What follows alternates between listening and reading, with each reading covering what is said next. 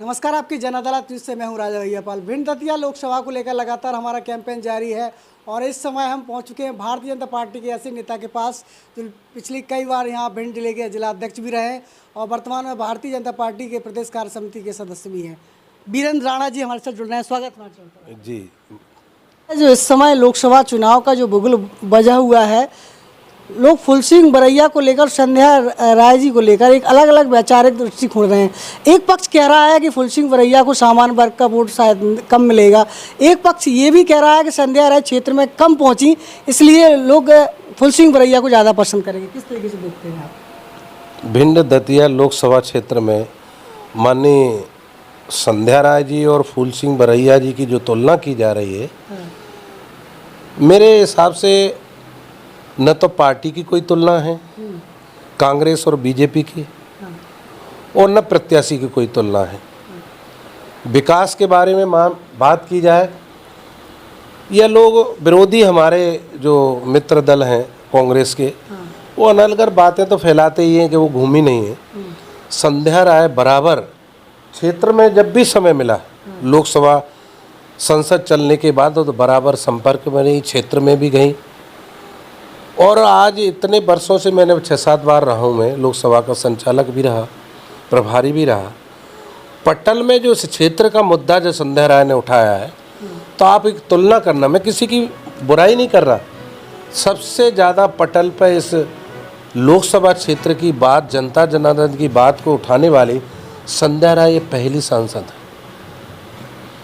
चाहे आपको medical college का मामला हो, प्रदेश सरकार और कांग्रेस और केंद्र सरकार दोनों की योजना रहा हो, चाहे 8 पुल जो सैंक्शन हुए हैं रेलवे क्रॉसिंग के उसका मामला हो, चाहे आपको चंबल एक्सप्रेस वे का मामला हो, चाहे 6 लेन की जो DPR बन रही है, सैंक्शन और DPR बन रही है उसका मामला हो, चाहे सैनिक स्कूल को मूर्त रूप देने का मामला हो, और चाहे मेमो ट्रेन चलाने का मामला हो, और चाहे भिंड और दतिया के रेलवे स्टेशन का कायाकल्प का मामला हो, ये संध्या राय के जो काम करने की जो क्षमता है, एक योग्य प्रतिनिधि की क्षमता है, ये बताती है कि हम इस क्षेत्र की जनता जनार्दन जो चुनती है कि हमारी इस क्षेत्र की आवाज़ को और संसद की पटल पर बैठ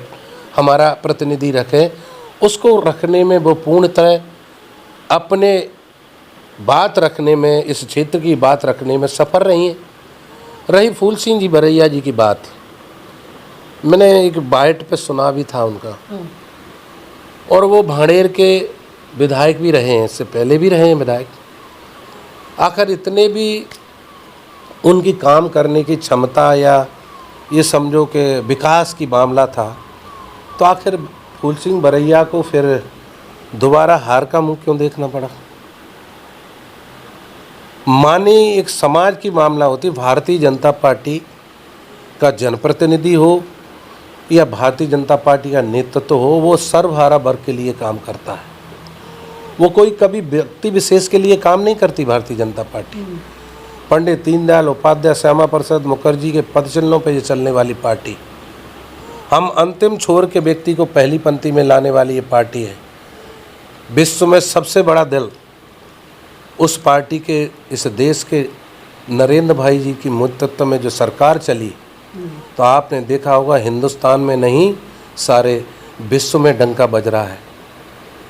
क्या कोई भी दल, कांग्रेसी भी ये कह रहे होंगे, मित्र दल कहते हैं सरकार तो बीजेपी की ही बनेगी। आखिर क्यों? क्या कांग्रेस और बीजेपी की तुलना हो रही है? आज जनता के बीच में आप डिबेट करते होंगे, बात करते होंगे, तो आखिर प्रधानमंत्री नरेंद्र भाई मोदी जी बनेंगे। और आपने प्रतिनिधि के बारे में बात करी, तो एक सहज और सरल योग्य प्रत्याशी दोबारा सांसद का टिकट दिया, वो LLM भी हैं, मधुर अपनी वाणी से बात करने वाली एक सहज कार्यकर्ता भी जाए तो उससे भी वो प्रेम से बात करने वाली एक जनप्रतिनिधि हैं। कभी उनके बारे में आपने नेगेटिव बात नहीं सुनी होगी, जो भी हो सकता है उसने पॉजिटिव किया होगा। माननीय फूलसिंह बरैया जी ठीक है, बहुजन समाजवादी पार्टी के नेता रहे बड़े। आज उनने भी अपना दल बनाया था, उनका भी एक दल था। और कांग्रेस में कुछ दिन बीजेपी में भी आए थे फूल सिंह बरैया जी, कुछ महीने समझो या महीने रहो साल, मुझे इतना कंफर्म ध्यान नहीं है, तो बीजेपी में भी रहे। आज वो कांग्रेस में हैं।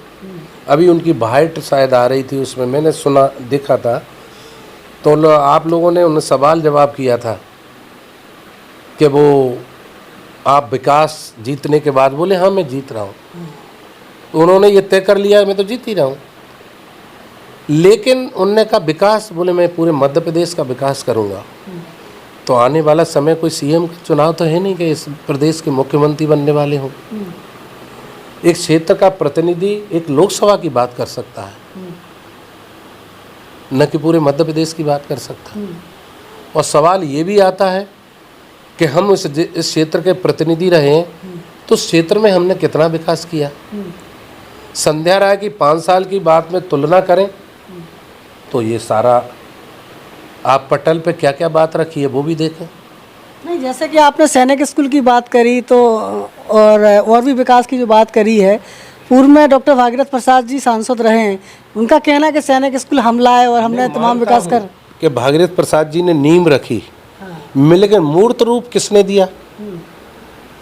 मैं कहीं शुरुआत करता हूँ और आप उसको मूर्त देने का रूप अगर करते हैं तो आपका भी तो उसमें योगदान है कि इस योजना को हम पूर्ण कैसे करें।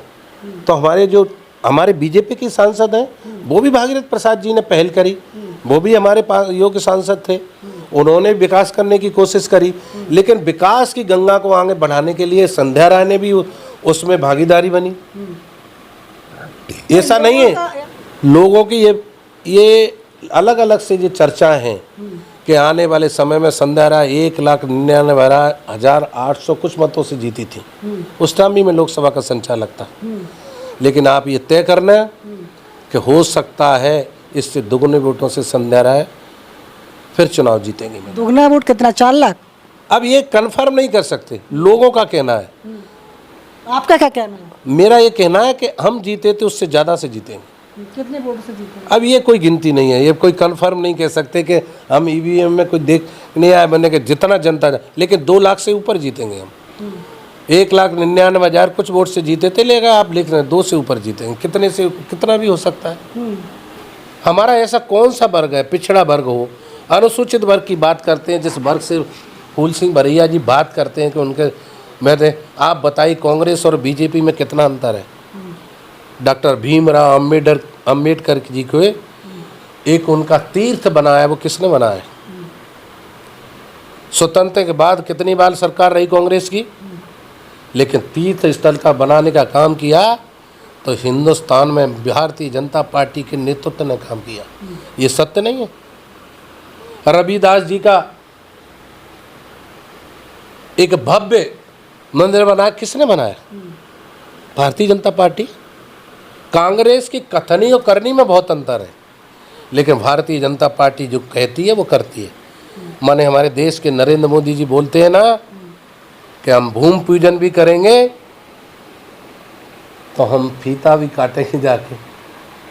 कांग्रेस घोषणा करना जानती है, अगर बीजेपी घोषणा करती है तो उसको काम करके पूरा 5 साल में करके मूर्त रूप देती है। ये भारतीय जनता पार्टी। कांग्रेस डिबेट करे ना।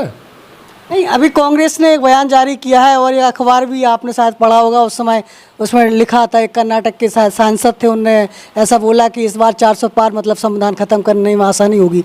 आपने अखबार पढ़ा या नहीं पढ़ा? भारतीय जनता पार्टी कभी संविधान के विपरीत नहीं जाती। आपने अखबार में पढ़ा था? नहीं, वो मैं आप पूछ रहे हैं, मैं उसका जवाब दे रहा हूँ। कोई तोड़ मोड़ के अगर उसमें आ सकता है, बीजेपी के सांसद ऐसे नहीं बोल सकते। मैं इस बात पे नहीं जाऊंगा। पेपर में कभी तोड़ मोड़ के भी तो कुछ जा सकता है। हमारे बीजेपी के सांसद हो, जनप्रतिनिधि हो। आपको चौथे स्तंभ पर भरोसा है या नहीं भरोसा है?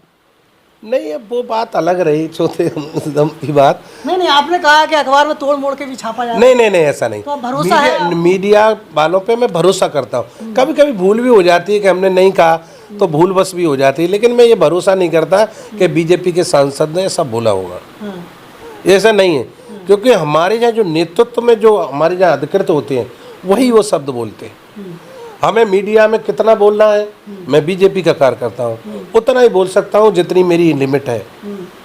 मुझे केंद्र में के बारे में बोलना है तो हमारा केंद्र का नेतृत्व बोलेगा, मैं प्रदेश के बारे में बोलेगा तो प्रदेश नेतृत्व बोलेगा, मैं लोकसभा के बारे में पूछ रहे हैं तो मैं बोल सकता यही हूँ। तो फुल सिंह बरैया जी का कहना है कि भारतीय जनता पार्टी में जो सांसद चुने जाते हैं उनको उतना ही दिया जाता है जितना वे बोल सकते हैं। और संध्या राय को कठपुतली कहा है कि संध्या राय कठपुतली ऐसा है, सुनिए साहब, संध्या राय हमारी पार्टी की प्रदेश की उपाध्यक्ष है, या फूल सिंह बरैया जी को जानकारी नहीं है, और राष्ट्रीय कार्यकारिणी की बीजेपी की राष्ट्रीय कार्यकारिणी की सदस्य है।